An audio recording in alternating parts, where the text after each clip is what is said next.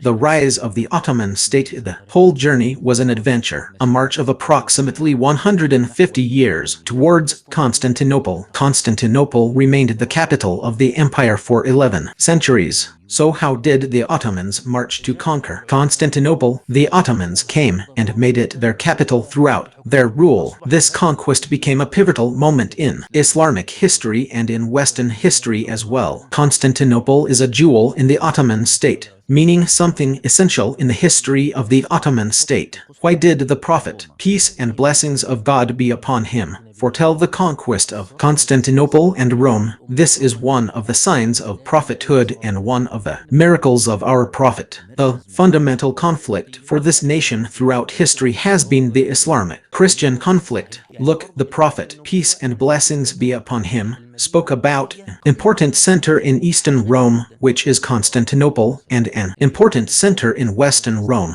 which is Rome. It's true that it's also one of the signs of prophethood that the prophet predicted the conquest of the strong city before the weak one. This is something very strange. Peace and blessings be upon him. Whoever reads the history of the Ottoman state will benefit from this. Before the establishment of the Ottoman state, the Islamic world was living through its worst period. Oh God! Osman was born in 656 AH, which is the same year that the Abbasid Caliphate fell in Baghdad. Don't despair. At the very moment you were suffering here, the western part was suffering at the same time, because at that time the Andalusian cities were also collapsing. Cordoba fell at that time, Seville fell at that time, Murcia fell at that time. Of course, all of it was a loss and everyone grieves for it. But if we want to compare the conquest of Constantinople with the fall of Andalusia in the balance of public opinion, the gain we have made is much greater. So, Professor Muhammad, are you optimistic? I am certain, I swear I am certain, that our generation is the one that should be most optimistic. Are the events that are happening harbingers of the fulfillment of this prophecy from your point of view? Yes, because half of the prophecy has been fulfilled for us, and the other half remains. The prophet told us that Constantinople and Rome will be conquered. Music, peace be upon you, my brothers, wherever you are. Welcome to a new episode of the 100 Questions in History series. This is the series through which we always answer the pressing questions that our great and vast Islamic history faces. For those who have recently joined us, where have we reached? We have reached the 8th topic, specifically the 4th episode. It is not appropriate or fitting to begin the episode without welcoming our regular guest, Professor Muhammad Al-Harmi. Welcome, Professor Muhammad. May God bless you, Abu Al-Harith. Question number 43 is ready, Professor Muhammad. God willing. Excuse me. Question number 73. Okay, my mind is on 43. I'm sorry, 73. Of course, we have reached question 73, guys. So, those who are following along with us shouldn't be shocked. 73. Yes, okay, I see this question, Professor Muhammad. Honestly, the time period it covers is long. So, yes, may God help you. May God help you. The rise of the Ottoman state and the conquest of Constantinople took approximately 150 years. The question is, how did the Ottomans manage to conquer Constantinople? Why were they so interested in Constantinople and focused on it throughout Islamic history? We have been interested in Constantinople since early times, but the Ottomans, in particular, were especially dedicated to its conquest. This conquest became a pivotal moment in Islamic history and indeed in Western history as well. Therefore, we want to know, Professor Muhammad, why this conquest is considered a pivotal moment and why all this focus on this important event, this major turning point in our Islamic history. Yes, in the name of God, the most gracious, the most merciful, and peace and blessings be upon the messenger of God, his family, his companions, and those who follow him. The 150-year journey from the establishment of the state to the conquest of Constantinople is a journey full of adventures and stories, with many details. Indeed, Constantinople can be considered a jewel in the crown of history. The Ottoman Empire is a fundamental element in the history of the Ottoman Empire, and undoubtedly it's also fundamental in Islamic and Christian history. The heart and capital of the Ottoman 2025 now, and Constantinople remained the capital of the empire for 11 centuries, 1,100 years. Imagine that, 1,100 years, this city was the capital of an empire. Then the Ottomans made it their capital for the duration of their rule, from its conquest in 1543 until 1924. Add another 400 years to that. You're talking about a city that remained the capital of an empire for 15 centuries. And even compare it to Istanbul, neither in its vastness, nor in its density, nor in the confidence of its spiritual and moral weight, nor even in its material and commercial weight, in Ankara, which is the current capital. Yes, well, firstly, why was Constantinople an important city for Muslims that they wished to conquer it? We mentioned in previous episodes that it was the capital of the Eastern Roman Empire, which is the heart of Christian power, the center of global power, which when we try to compare it now, we say it is similar to Washington now, as it is the center of global power. And the Prophet, peace and blessings be upon him, when he gave the companions the good news of the conquest of the two cities that are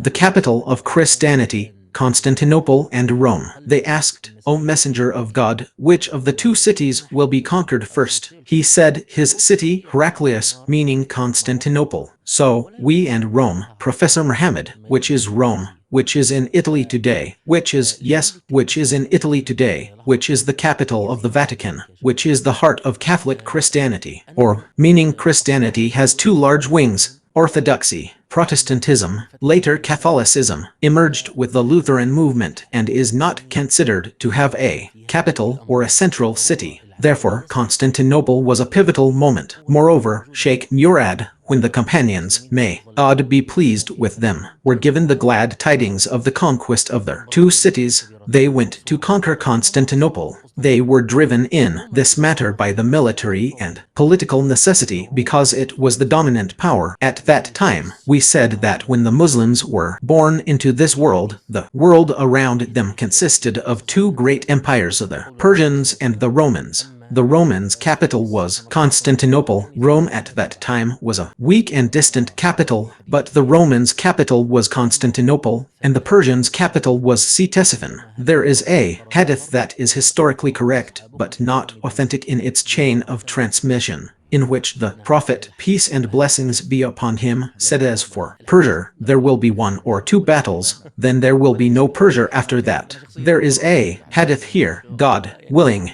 And as for the Romans, they are the ones with horns. Whenever one horn perishes, another will rise. They are your companions until the day of judgment. A ongoing battle, O God. And this is what Professor Muhammad said. I tell you, we don't know anything. We didn't know anything. I know, personally, this is the first time I've heard this hadith. God willing. I mean, the hadith, as I mentioned to you, is weak according to the standards of hadith scholars, which are very strict standards. But of course, it is historically accurate. And indeed, the Muslims were able to conquer the capital of the Persian Empire and bring it down in the first wave of conquests. I mean, the first wave, which was Khalid ibn al-Walid, then our master Sa'd ibn Abi Waqqas at Qadisiyah, and then Numan ibn Makrin al-Muzarni at Nahavand. The conquests ended, and Yazdijerd, Roman III, was killed, and the Muslims took control, and the Persian Empire ended completely. Oh, so which city remained troubled and brought us all the problems, and which, whenever we weakened, would attack us and march towards us? It was Constantinople. That's why Muawiyah went there, and his son Yazid went there, and Sulayman ibn Abd al-Malik and Maslamah ibn Abd al-Malik went there, and the Umayyad state tried to conquer it, though less than that Abbasid. But this city is the one that exhausted the Muslims, and its 8 centuries of resistance was a golden time that was given to Western Europe, and given to the Western powers to become another century. Why these two specifically? Aren't these signs of prophethood and miracles of our prophet? Glory be to God. The prophet, in this hadith and others, said that the fundamental conflict for this nation throughout history is the Islamic Christian conflict. This is the core conflict. Sometimes alliances are formed against an enemy behind us. Things happen that are considered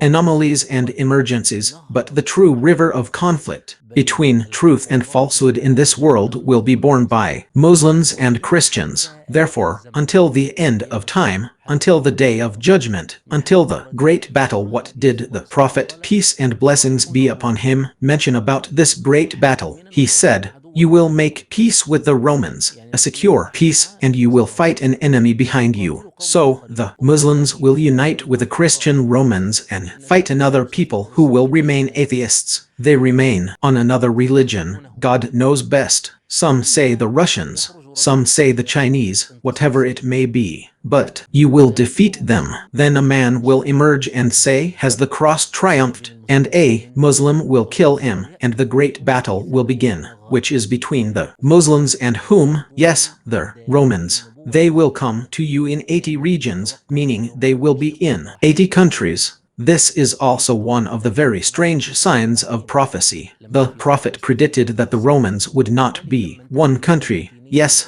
they would be different countries. Of course, this did not happen until later, when there was a peace treaty and Westphalia was divided, and also when the Latin language ended and other languages took over. This is evidence that they cannot be completely united in a way that makes them one nation. So they will descend into the depths of the Levant, and there the great battle will take place, the great battle between the Muslims and the Christians. So the point is that the main conflict in this world, or the main conflict of the nation in this world, will be with the Christians, with the Romans. Yes, and in another hadith, which is the famous hadith of al-Mustard ibn Shaddad al-Qurashi, a hadith in Sahih al-Bukhari, which is his saying, "I heard the messenger of God, may God bless him and grant him peace, say, you will rise up the hour, and the Romans, most of the people, or of course, our master Amr ibn al-Ars heard the hadith. Our master Amr ibn al-Ars was at that time conquering the land of the Romans. And if you were in the world at that time, what do you expect the Romans to take? Like the Persians. I mean, we're opening Facebook. I mean, in the matter, our master Amr ibn al-Ars, because he did not hear the hadith from the Prophet, said to the importer, "Be careful what you say. You heard it from the messenger of God. You focus." I want to tell him to focus. So he said, "Yes, I heard it from the messenger of God." Then Amr said, "Now you see the mind of our master Amr ibn al-Ars, one of the 4 Arab strategists." He said, "Now that you have said that, they have more profitable qualities, because he knew them in trade and in fighting. He mentioned that they are the most patient of people in times of strife, the quickest to return after fleeing, the quickest to recover after a calamity, the best to the poor and the orphan, and a 5th beautiful quality, and the most resistant to the tyranny of kings." Or rather, the king is not absolute like in other empires. No, there are laws that limit him, and there are traditions. So he is talking about the Romans. He is talking regarding the Romans. He says, this is what will keep them with us until the day of judgment. These things we are saying are signs of the survival of nations, their life, and the renewal of their strength when trials come to them. Their dreams during trials mean that when a shock comes, they calm down, think, and compose themselves. They don't panic, they don't become harsh, they don't fall apart, and they are quick to turn back after a hardship. This doesn't mean that if they are resolute once, they will continue. Rather, it means they quickly turn back, and they are quickest to recover after a calamity. and they are compassionate towards the weak and the orphan. This means that the lower classes among them are not completely exploited and enslaved, and they still have some care for the weak and the poor. And the Prophet, peace and blessings be upon him, said in his hadith, "Are you not given victory and sustenance except through your weak ones?" And he said, "Were it not for the elderly who bow in prayer, the infants who suckle, and the grazing animals, the thought." Look, the Prophet, peace and blessings be upon him, spoke about an important center in Eastern Rome, which is Constantinople, and an important center in Western Rome, which is Rome. At that time, there was no East or West. No, there was East and West, but Western Rome at that time was weak and crumbling. So, it is also one of the signs of prophethood that the Prophet expected the conquest of the strong city before the weak one. This is something very strange. Glory be to God. Yes, it is something impossible. May God's prayers and peace be upon him. Okay, I stopped you at the point where I asked why Constantinople has a special significance. We were proceeding with the narrative. Sorry for the small digression, but we're back. Yes, I was saying that the Ottoman Empire, in particular, had a special connection with Constantinople because the place where it arose was on a kind of buffer zone between the Islamic state, which was the Seljuk Sultanate of Rum, and the Byzantine Empire. So, they arose close to Constantinople. We mentioned something before, I forget if I mentioned it or not, that when Osman, meaning Ertugrul, settled near Sultan Alidin, the Sultan of the Seljuk Sultanate of Rum, he granted him the land that is considered to be in the northwest of the Seljuk Sultanate of Rum, which is closer now to the location of Eskişehir in modern-day Turkey. If you look at our map now and search for Eskişehir, you'll find that Eskişehir is directly northwest of Constantinople, so between them is a piece of land and then the Sea of Marmara. This region I'm referring to is the region where the seed of the Ottoman Empire was sown. The Ottoman Empire arose when you were established in this region. Your political horizons and military movements fall into one of two categories. Either you are vying for power in Islamic lands, as these regions contained a number of independent emirates and states, or you are going to seize or expand at the expense of the Byzantine Empire. We mentioned that one of the best features and advantages of the Ottoman state was jihad. From its very first moment, the Ottoman state chose to expand the lands of the Muslims and to fight the Byzantines, not to compete with Muslims for what they already possessed. Therefore, the Ottoman state expanded westward and did not expand eastward, contrary to what many people expect. People today, when they look at a map of Turkey, see that most of Turkey is on the Asian side, with only a small stretch in the European part, from Istanbul to Edirne and then Bulgaria, the Balkans, and Romania. This map is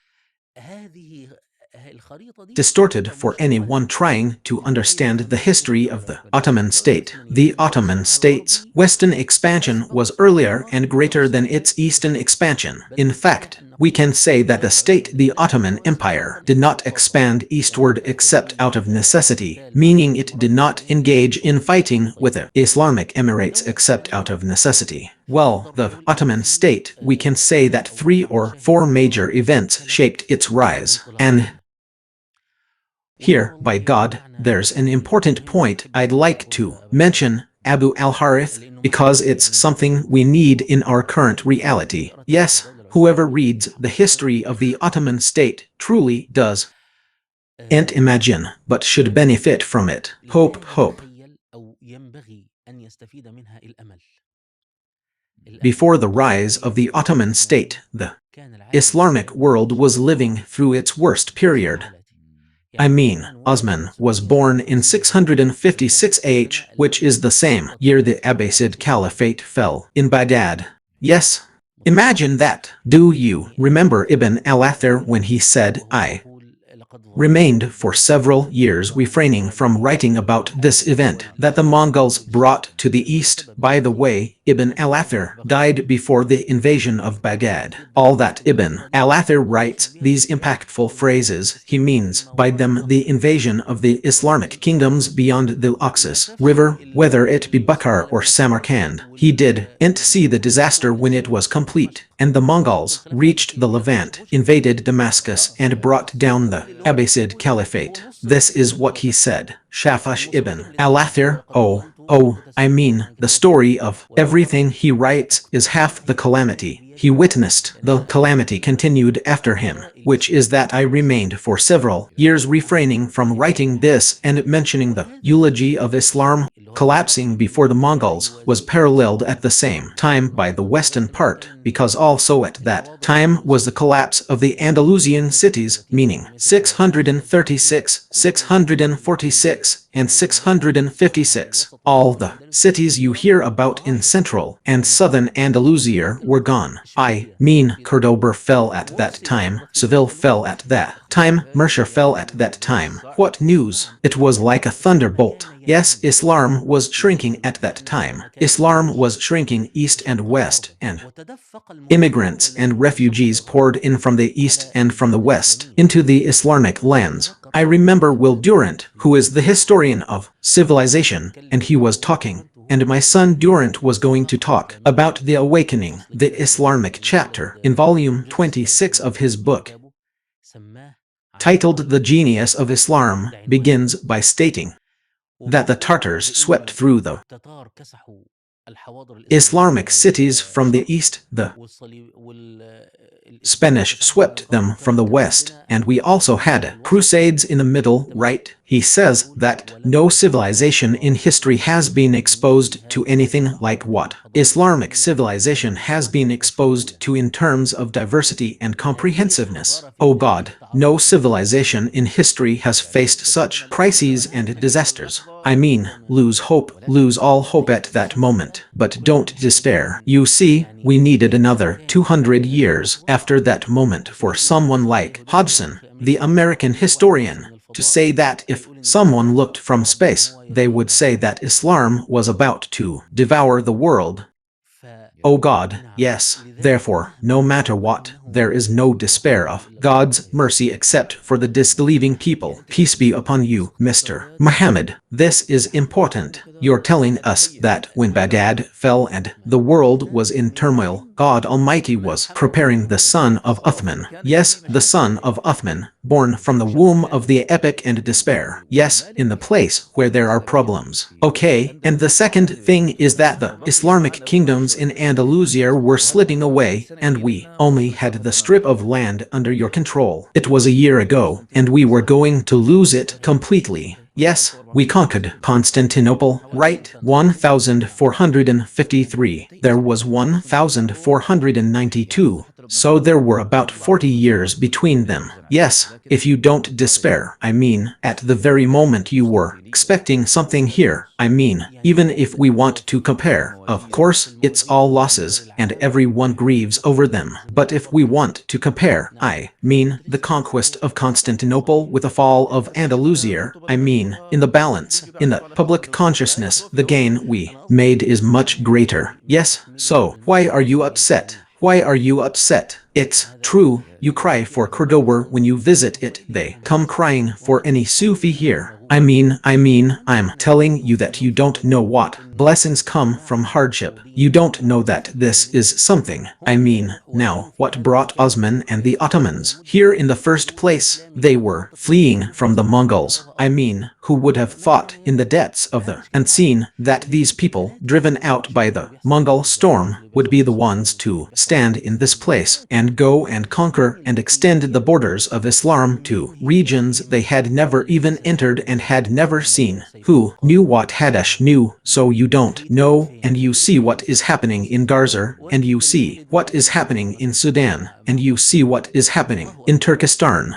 You don't know who, which tent will carry the renewer of Islam, or his coming sword, or his coming fighter. Where will he be born? He will be born in any hospital that is bombed, and he will be born with his leg cut off, for example, due to bombing. God knows best. Yes, you do not know what the unseen holds. God Almighty, means that the victory of Islam is a promise. So, we are certain of the victory of Islam, but man must strive, and hope is very necessary for man's striving. So, Professor Muhammad, are you optimistic? I am not. We are in this situation. I am certain, by God, I am certain. Look, let me tell you something. This generation of ours is the generation that should be most optimistic. Why? Because half of the prophecy has been fulfilled for us, and the other half remains. A prophet told us that Constantinople and Rome will be conquered. So, Constantinople was conquered, and we should be the most certain people that the prophecy, the verse, the prophecy,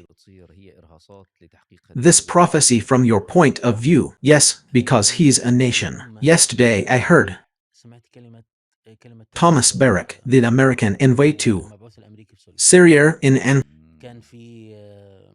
interview with ANSI TV. The female presenter was asking him, does peace happen in the Middle East? This guy is arrogant. I mean, there are few American diplomats who appear in the media with this same arrogance. They're all arrogant, okay? But I mean, when they appear in the media, they put on a diplomatic face. This guy doesn't have that. He stood before journalists in Lebanon and told them, if you're going to behave like animals, I'm leaving. Sit down and behave yourselves. And that's our problem with this whole region. This whole area is in chaos and all that. Yes, like that. And for example, in one of his statements, he said, Israel sees us as having the Sykes-Picot borders, so they decided not to recognize them. I mean, this kind of rudeness isn't found among our American diplomats. This guy was saying, and she was asking him, will peace happen in the Middle East? He told her, no, the one who's talking about peace, he's talking about the illusion of submission. He told her that, because the people in this region, and he told her these borders, are a factor in the negotiations. He told her that the people in this region, that's what concerns us, meaning the witness don't know the meaning of submission. God, yes, he told her the word poured, it doesn't have a precise equivalent in the Arabic language, or they will continue to fight. They all see themselves as fighting for freedom, so they will not accept this situation. Well, I want to tell you, when the arrogant one goes and says this word at the height of his power and superiority, I mean, look, I want to tell you, the American needs a hyphen to be certain that he is capable of victory. You have immense power, and Israel is doing what it wants, actually what it wants, with no law, no morals, no humanity, bombing hospitals, bombing mosques, bombing tents, preventing starving and thirsting, I mean, operating without oversight, and you even have local regimes that assist this operation and are subservient to you. What do you want? I mean, when you find someone at the height of his power and he tells you the fighting will continue, you know he is desperate, that he is powerless, that he knows how, I mean how this nation can be suppressed. He himself reached the conviction that people don't know the meaning of the subjugation of nations. Beautiful, by God. So I'm telling you on his own behalf, I mean on his own behalf, there are very beautiful hints in the subject of don't despair. Yes, very wonderful. Let's continue, Professor Muhammad. Let's continue. Beautiful. So, the Ottoman family, as I told you, fled from the face of the Mongol storm until it reached this place, which is to the northwest of the Seljuk Sultanate of Rum. Now, over these 150 years, we will find the following. This state, of course, we said that Osman had 400 people, 400 tents, 400 families. To find someone with 400 families, meaning 400 knights, thinking of confronting the Byzantine state, this in itself is imagination. No one can translate it realistically. And this is what we mentioned even when we were talking about independent states, that it was from the blessing of jihad when Osman's movements began to be towards the Byzantine state. Volunteer mujahideen joined him,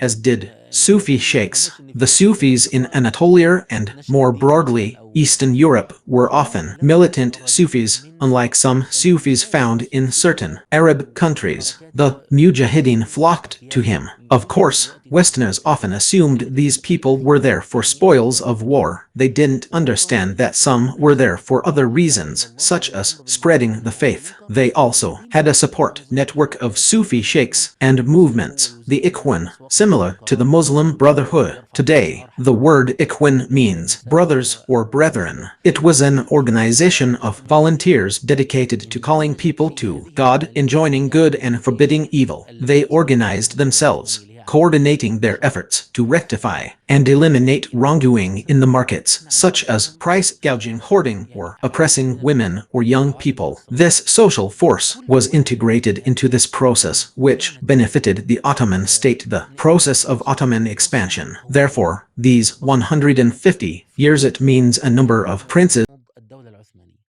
For example, if we are now talking about Osman, when Osman took over the borders from his father Ertugrul, he had about 4,000 km under his control. He left it at 16,000 km. Wow, we are talking about almost 4 times the area. This expansion was an expansion that caught the attention of Orientalists or historians, as I am telling you in boldness, firstly, that he was talking to the ancient Byzantine state and the small number. So, what is their explanation? One of their interpretations of the strength of the Ottoman religious power is the power of jihad. In a will Osman left for his son, a will that indicates he was a valiant warrior. It means, my son, draw near to the scholars. Meaning, do what the scholars command you to do, and be devoted to this religion. We do not expand the land for the sake of kingship, but rather to spread the word of the Lord of the worlds. It is a very strong and powerful will to his son, Orhan. In the case of jihad, which the West, when reading it, calls fanaticism, there is also the case of tolerance. The state of tolerance means that anyone who comes under the protection of the Ottoman state will be allowed to keep their religion as it was. This state of tolerance is also called pragmatism and utilitarianism, or shrewdness and skill by the Westerners. This state of tolerance was one of the things that made many people living under the oppression of the Byzantine authority prefer to enter the Ottoman state. Likewise, the problems that existed within the Byzantine state led the Ottomans to find an opportunity. In the expansion, there is a credit due to the Mamluks. The Mamluks, when they became a strong state, I remember when we talked about the Mamluk state and said that there was a battle called the Battle of Shakhab. This movement was like a barrier that stopped their Mamluks in the second wave of Mongol expansion, which was the wave of Mahmud Garson. Mamluks broke this wave, so they left the Ottomans and their rear was almost secure. Even when the Mongols actually overthrew the Seljuk Sultanate of Rum and divided it into different emirates, the Ottomans were heading west, so they did not suffer from a serious threat from the eastern side or from their rear. So Osman consolidated the foundations of the state and gave it independence. After him came his son, Orhan. At the time that Bursar was conquered, Osman was on his deathbed. So some count it among Osman's conquests, and some count it among Orhan's conquests. Okay, but what was Orhan's great mark? The great Orhan crossed into the European side.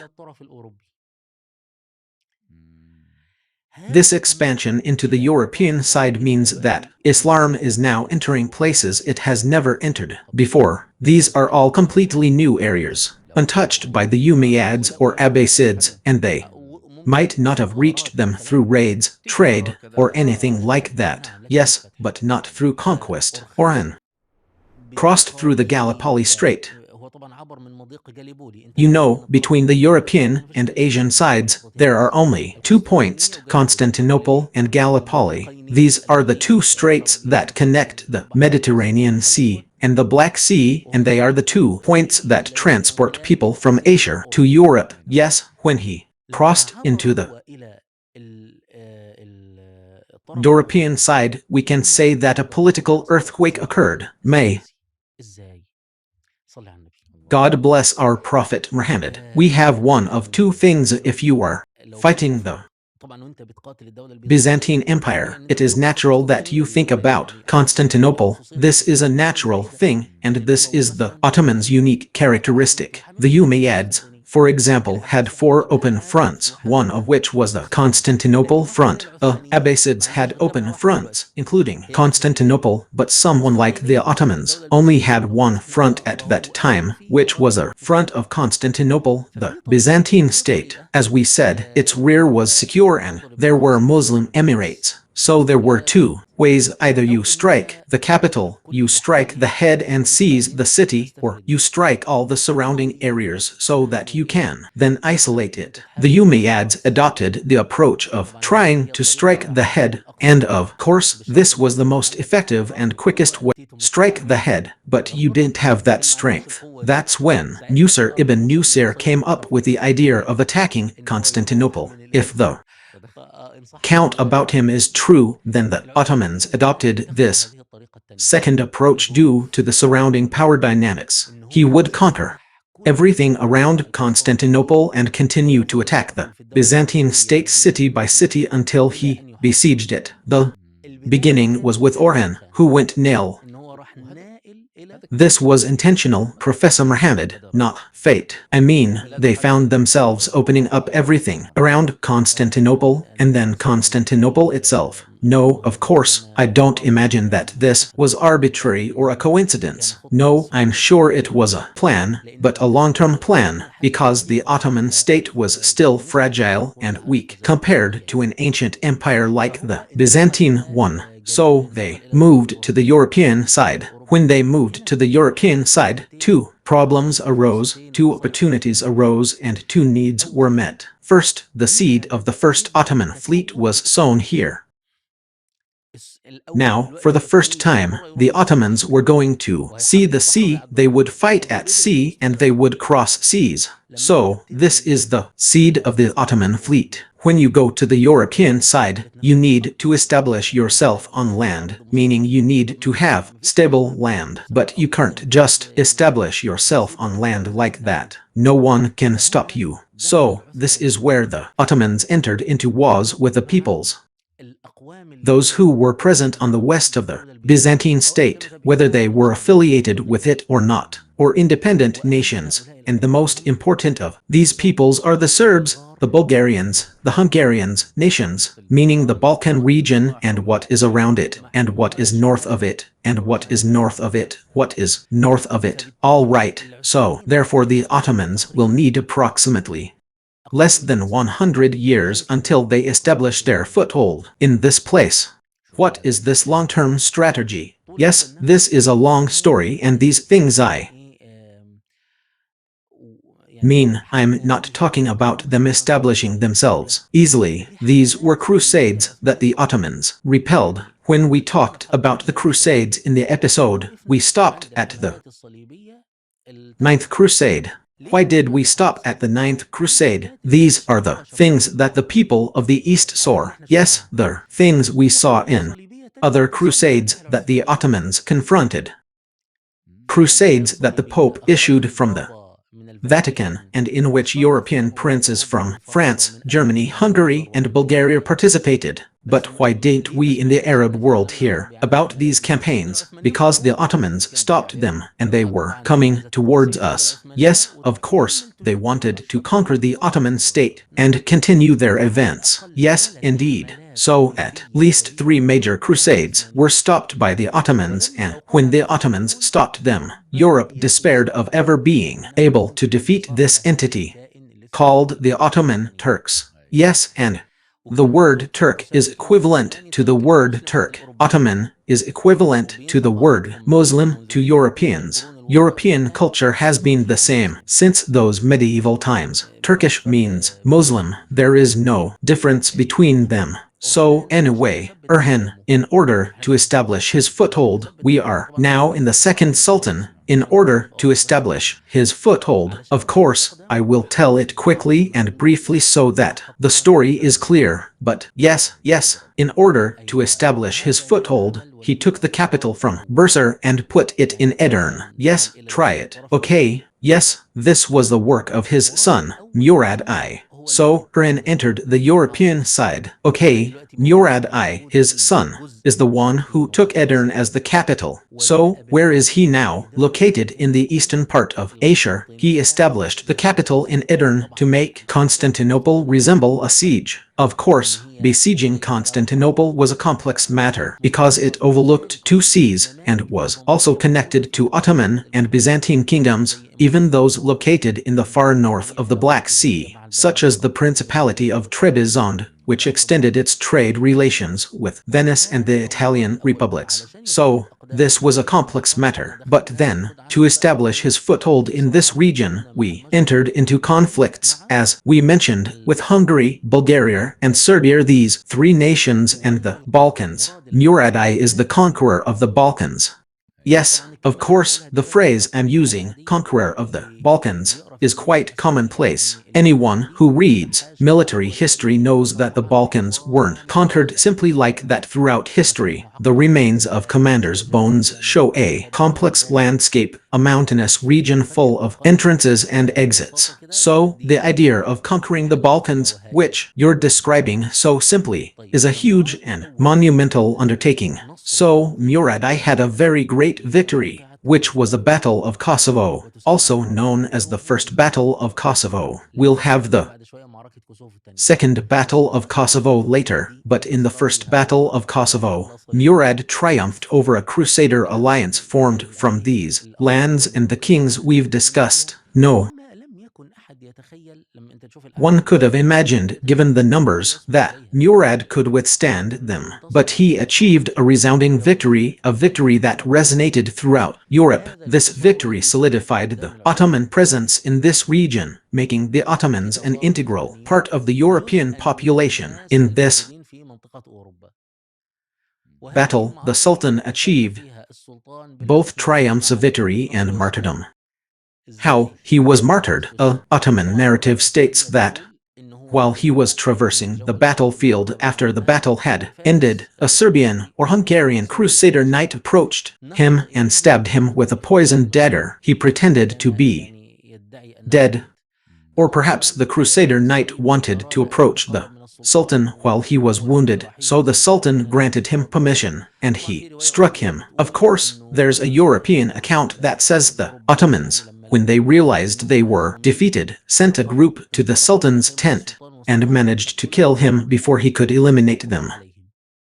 But whatever the case, the Ottoman sources are more credible to me. But whatever the case, it was a battle in which the Sultan himself won, with both Al-Hassanain and Al-Hussein. He triumphed and was martyred. May God have mercy on him. This was in the Battle of Quisquis, or Quisuf. Yes, it's Qursuf, meaning it's pronounced Kurs. It's called, I think, in the language, which I don't know, Albanian, or Kosovar, which is what? Land of the birds, or bird gathering. The thing we suffer from most is the correct pronunciation of names. A problem in history. Qursuf means Quis, or it's written in Arabic like this, or in our dialect now, at the end of the 14th century, around 1380 or 84, something like that. I mean 1380s, so let's be precise, guys. It's exactly the same. Okay, Murad I died here. We had a Janissaries, Professor Muhammad. Yes, the Janissaries. Orhan Khan. Yes, Orhan established the Janissaries. Orhan is the one who started the Janissaries, not Murad I.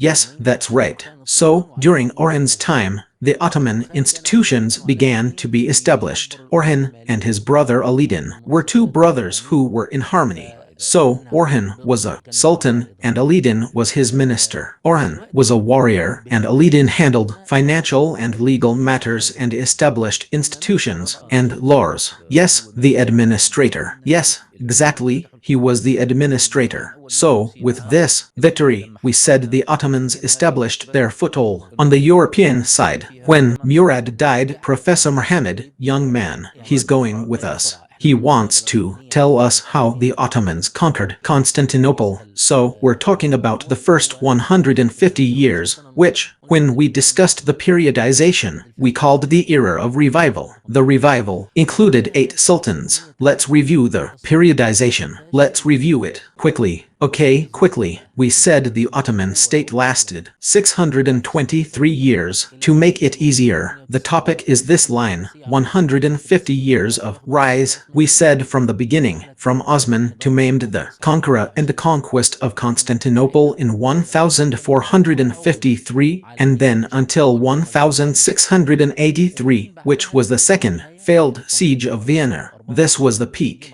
This was the Ottoman Empire, the world's superpower, from 1683 to 1798, which is the date of the French campaign in Egypt when the French managed to take Egypt from the Ottomans. This was a stage of decline and slow deterioration, true, 120 years, but at that time, the Ottoman power was a world superpower. Wider than the Balkans, meaning across the geography, young people, things have changed a lot. But, yes, let's say across to Europe. Okay, Murad I established the Ottomans' foothold in Europe and moved the capital to Edirne. Okay, after him came his son, Yazid. Yazid the Thunderbolt. Yazid Yildirim, meaning the Thunderbolt. He was called the Thunderbolt because of the speed of his attack, the speed of his transformation. And Yazid, this person, what a fighter, no doubt about it. And the Ottoman state in his time reached a great deal of prosperity and wealth. By the way, in Murad I's era, the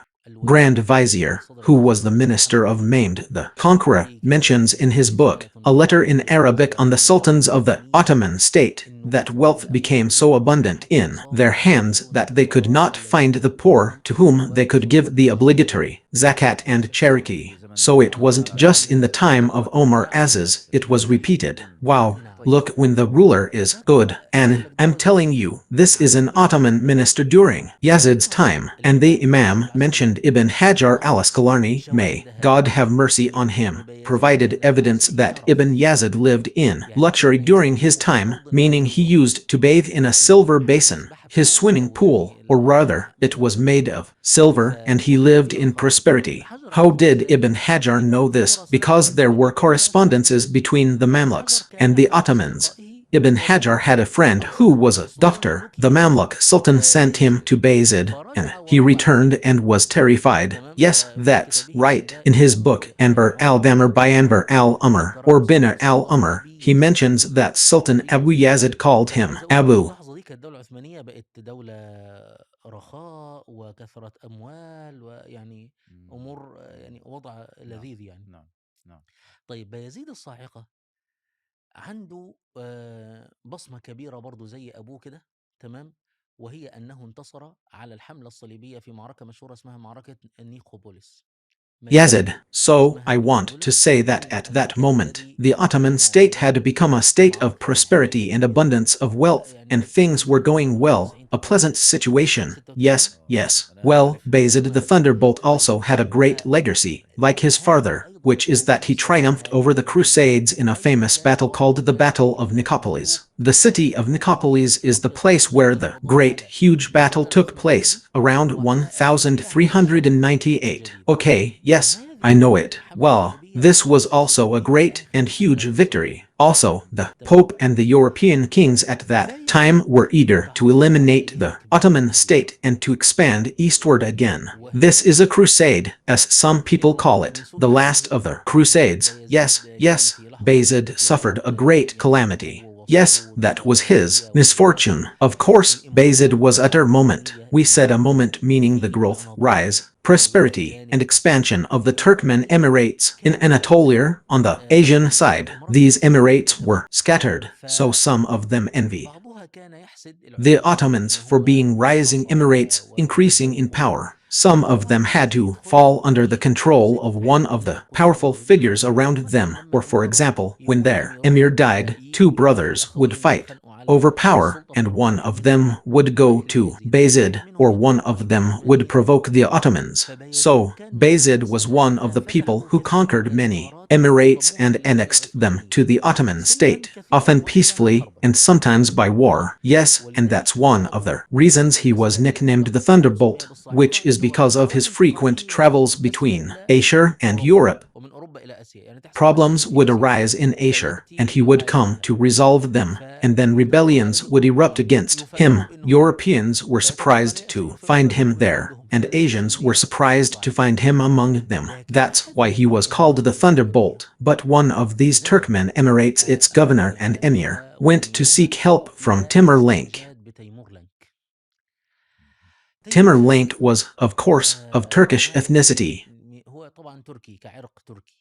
but his maternal lineage traced back to Genghis Khan. Therefore, he led the Mongols, and his capital was in Samarkand. Some historians believe that Timur-Lenk was the most horrific person in history, even more so than Genghis Khan himself, and the kingdom Timur established was larger than the one Genghis Khan established. Of course, Timur-Lenk means limp. His capital was in Samarkand, but when you look at the map Timur-Lenk made, you see a monstrous, strange and wondrous man, a storm, a flood, a hurricane, a catastrophe, whatever you like. He didn't care whether someone was Muslim or not. He would walk around claiming to be Muslim, but this Islam, what we said, was in a Mongolian style, and also in the form of a pretender. Many things about the extremist Shiites, not even the moderate Shiites, I mean, there are some of them, yes, but they exist, and officially, if in their time there were ID cards and passports, you would find the religion written as Muslim. Okay, what was it? Sunni or Shiite or not Shiite or a mix? It's not clear. He was Shiite, but if you remember, my master, we said that the Mongol expansion, or the Islam of the Mongols, was an Islam with a degree of distortion. It was Islam in the sense of Islam under the law of Genghis Khan, meaning in Islam with a burning part, a national part, and a part where Genghis Khan's yasak was greater than the Quran. As long as you had loyalty to the state, it didn't matter if you were Muslim, Christian, or Jewish. That was a different concept. That's why Ibn Taymiyyah called them the refusing sect, and he called them the refusing sect with a thon. He said, if you find me fighting in this line and on top of the Quran, then strike me, because this Islam is a counterfeit Islam. This is not the natural Islam, the Islam that does not implement the punishments. He doesn't implement Sharia law, and there's a higher authority than Sharia. This is what Ibn Taymiyyah was saying about Muhammad Garson at that time. Timur-Lenk added to that an even more extreme Shiite tendency. That's why most scholars consider him an infidel. Yes, most scholars consider him an infidel. Okay, but now, as we're talking about his political and military impact, Timur-Lenk was a tremendous catastrophe. He managed to conquer all the people, all the kings, and he set the land ablaze. I mean, the cities he passed through and destroyed. It was truly horrific. We were astonished. Someone who enters, for example, a Muslim city and destroys mosques and such, he's a Muslim, you know. And he, by the way, also possessed great political cunning and intelligence. He was very fond of history, and yet he hesitated to fight the Mamluks. He didn't go to the Mamluks. I mean, the moment he was invading Damascus, the Mamluk Sultan Barquq approached him, and he almost withdrew through negotiation. The prestige that the Mamluks had established since the days of Ain Goliath, and then in the Battle of Shakab, he made Timur himself fear them. If it weren't for the attempted military coup in Cairo, which forced Barquq to withdraw his army, he would have emptied the Levant for Timur, who then invaded Damascus. Oh my brother, why is history like this? Every time we try to take a step forward, someone pulls us. وهنا في ذلك الوقت اللي هو الوقت ده الذي التقى فيه ابن خلدون بتيمور لنك، لأنه كان واخده معاه السلطان المملوكي لكي يكون أحد سفرائه ومفاوضيه. Back and throws us off. Yes, the treachery is immense. its effects are truly enormous. And here, at that time, the time when Ibn Khaldun met Timur the Mamluk Sultan, had taken him along to be one of his ambassadors and negotiators. When he returned suddenly in the middle of the night, the scholars he had taken with him found themselves in the open and tried to negotiate that he not enter Damascus, that he not invade it. So Ibn Khaldun spoke to these scholars, and of course, Timur was impressed by him. Ibn Khaldun was truly remarkable, with a vast intellect. He asked him to draw a map of the Maghreb. He said, "I saw a king," meaning one who fills faces, one who owns half the world. You're talking about something truly enormous. And Ibn Khaldun, you know that Ibn Khaldun at that time, Will Durant, for example, was saying that Islam produced a philosopher and historian. If the greatest Christian scholars of his time were compared to him, they would be like insects beside him. Yes, I'm talking to you about a unique mind. In his time and era, Timur was very impressed with him and wanted to take him to his rule, but Ibn Khaldun got rid of him. This was towards the end of Ibn Khaldun's life, because Ibn Khaldun died in 808, and this was in 802 or thereabouts. Yes, this storm came because Yazid attacked one of his allies from the Turkmen Emirates. So, before we go into background about Timur-Lenk, we talked about a Turkish tribe that sought Timur-Lenk's help, and this is exactly what brought him to meet the Ottomans. So Timur-Lenk came at the very moment when Yazid was besieging Constantinople. Yes, this was the first siege of Constantinople by the Ottomans. This is important information. Yes, meaning that after Yazid had consolidated his control over the east and the west, meaning he had consolidated his control over Anatolia, which is the Ottoman possessions in Asia, and the Ottoman possessions in Europe, he launched the siege of Constantinople, or perhaps he did break the siege of Constantinople until this storm came upon him, led by Timur. It is said that he almost conquered it. I don't know, I can't be certain about this. Yazid the Thunderbolt. Why was he called the Thunderbolt? Because he would pass through and finish. Yes, he was quick and agile, that's true, but was he able to conquer it? Or was the matter a bit protracted? There's disagreement among people, I can't be certain about it. There are historians. I mean, in the history of Islam, this was a fifth attempt. Yes, with some details. We talked about 3 attempts of the Umayyads, the Ottomans, and the Abbasids. That's established, okay, and 3 attempts by the Ottomans. This was our first one by the Ottomans. Yes, okay, fine. Okay,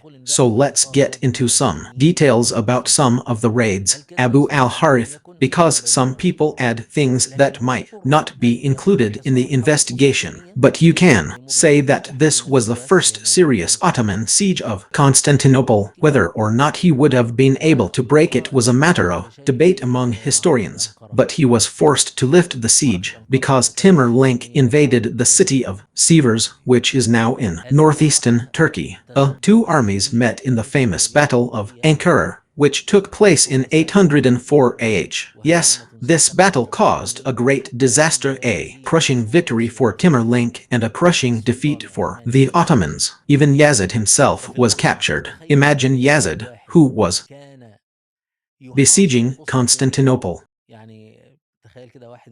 Imagine him, imagine someone who was about to conquer Washington, and then he suddenly found himself a prisoner in a battle he thought was just an ordinary one. Yazid was going to meet Timur-Lenk, and he thought it was a normal thing. Of course, he couldn't have imagined this outcome, at least not without a doubt. Timur-Lenk's reputation preceded him, but he couldn't have imagined that he could reach this result. Yes. So what happened then? The Ottoman state would collapse. In reality, because Asir Bayezid and his son, and Bayezid had 4 sons, and Asir had his 5th son with him. This is where the Ottoman catastrophe began, in the era we call the interregnum, or this is an 11-year period during which 4 of Bayezid's sons each ruled a region, and the rule was unstable for any of them. Four states had conflicts and alliances, and the important thing is that for 11 years, the state was lost and fragmented. The Turkmen Emirates took parts of the Ottoman state, and the Christians and Crusaders took parts of the Ottoman state for 11 years until one of his sons, whose name was Muhammad Celebi, was able to seize power, get rid of the rest of his brothers, and reunify the state. The Ottomans again. This is Muhammad Chalabi or Chalabi. He is different from the four of them. They are five. Their names are Suleiman, Isser, Musar Suleiman, Musar Isser, Muhammad Mustafa. Yes, okay, so Muhammad was not the eldest among them. The eldest among them was Suleiman. So, this Muhammad is the one who was able to restore Ottoman rule again, and he ruled for 8 years. He did not rule for a long period. Yes, okay. And the period was approximately 10 years. The period was 11 years, 10 years, meaning a difference of months. Then after that 8 years and they were united. Okay, so he himself, Muhammad, was an emir for 19 years, but an emir over the entire Ottoman state, over all its kingdoms in Anatolia and Europe. 9 years, okay. Murad Roman II. This Murad Roman II, I consider him the counterpart of Murad I, his grandfather Murad I. Okay, so you can say that we said the main imprint of Murad I was that he established the Ottomans' foothold in the European side, so Murad Roman II did the same thing after his father Muhammad after a period of interruption or collapse. Murad Roman II assumed power at the age of 18 and ruled for 30 to 48 years. He was generally considered an ascetic man, meaning that in ruling he was not what do the Europeans call him? He only fought when forced to. Meaning, yes, he was maintaining Ottoman power, but he only fought when forced. Anyway, when Murad reached agreements, called them peace agreements to solidify the Ottoman presence with the Europeans, everything was fine, all right, and he told them, okay, I will abdicate the rule and authority to my son, Muhammad. He had an older son named Alidin who died while fighting, so while his father was fighting, his son died. He was 18 years old, so Muhammad took over at the age of 12. This Muhammad is our friend, Muhammad the Conqueror. Yes, he was 12 years old, and he is Muhammad Roman too. Yes, thinking about it, 12 years old. As soon as he took over, the Crusaders said, what have we done? We made a peace treaty with this man, and now someone who is 12 years old is going to take over. This is the opportunity, the golden moment, to break these treaties and eliminate this Ottoman state. So the Pope came and pardoned the kings and rulers who had made the peace treaty. They swore on their holy books and I don't know what else. And then a new crusade was launched by the enemies who had broken the peace treaty, the Hungarians, Serbs, and Bulgarians. They began to sweep through the Ottoman territories. Muhammad was 12 years old. So we can say that the elite ministers, statesmen, and men of the state weren't entirely convinced of him. At their head was the Grand Vizier Karlil Pasha al-Jandali, who told him that the situation could only be resolved by his father, the Sultan, returning to the throne. Was this a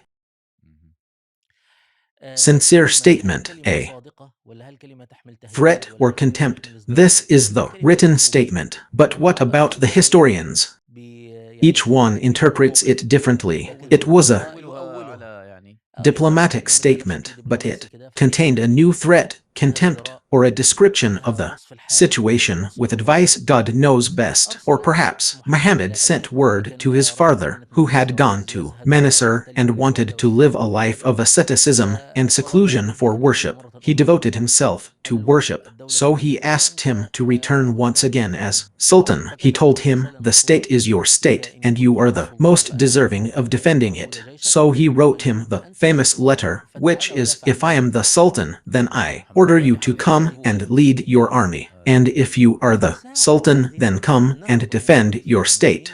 This is Muhammad the Conqueror speaking to his father. Yes, so at that moment, Murad Roman II rose again to lead the Ottoman armies to the battles that came again from those who broke the covenant. And here is the great mark of Murad Roman II, which is the famous Battle of Varna, or Varna. This battle is also one of the most important battles in European history and in Ottoman history, in which the armies of this European alliance were scattered. Yes, 1444. Yes, 1444 or 48. 44 on my memory, 44. Okay, fine, that's fine. So you believe, God willing, this victory is the great victory, and Murad wanted to magnify his son's status, so he went back to his retreat. But things were not settled for Muhammad the Conqueror. The Janissaries were not convinced that a child of 13 or 14 years old could lead them now, so a kind of rebellion occurred that he was not comfortable with, and Muhammad the Conqueror's rule was not settled, so Murad returned again twice and returned to it, and this was one of the proofs of his asceticism. He also had another battle called the Second Battle of Kosovo. I am telling you, he is the counterpart of his grandfather Murad I. This is why the First Battle of Kosovo, and this is why the Second Battle of Kosovo, in which he also won. Therefore, you can say that what happened after the collapse that occurred after Timur-Lenk, when Murad Roman II was in power, was that the Ottoman state had recovered the strength it had under Bayezid. And we return again to the idea of what? The idea of Constantinople. Yes, that's right. And this is what will, God willing, be the lot of the great next Sultan, who is Sultan Mehmed the Conqueror. But Murad Roman II, by the way, died at the age of 48, which is a bit young. I mean, as I told you, he took power at 18 and ruled for 30 years and died in his 20s. But when he died, Mehmed the Conqueror was 19. So we were talking about Murad Roman II. He besieged Constantinople. It is said that this is also from the news. Of course, he besieged Constantinople. Was this a serious siege or a kind of punitive siege because the emperor of Constantinople allied with these people and supplied him with soldiers? So, was this siege serious or not? There is also disagreement among historians, but it wasn't a long siege, but he besieged. Do you want to calculate it in terms of siege? He besieged Constantinople. Yes, we're done. That's the second attempt. There's still the third one with Mehmed the Conqueror, right? The one in which Constantinople fell or was conquered. Yes, okay. So, we're talking about this Sultan. So, the journey of the Ottomans from the beginning to the conquest of Constantinople in very, very brief terms. Okay, you didn't tell us about the conquest itself in just a couple of words. I know it's a big event. Yes, we can talk about it in a couple of words, but let's leave it for the next episode. Let's leave it for the next episode because this conquest will be accompanied by some doubts. Yes,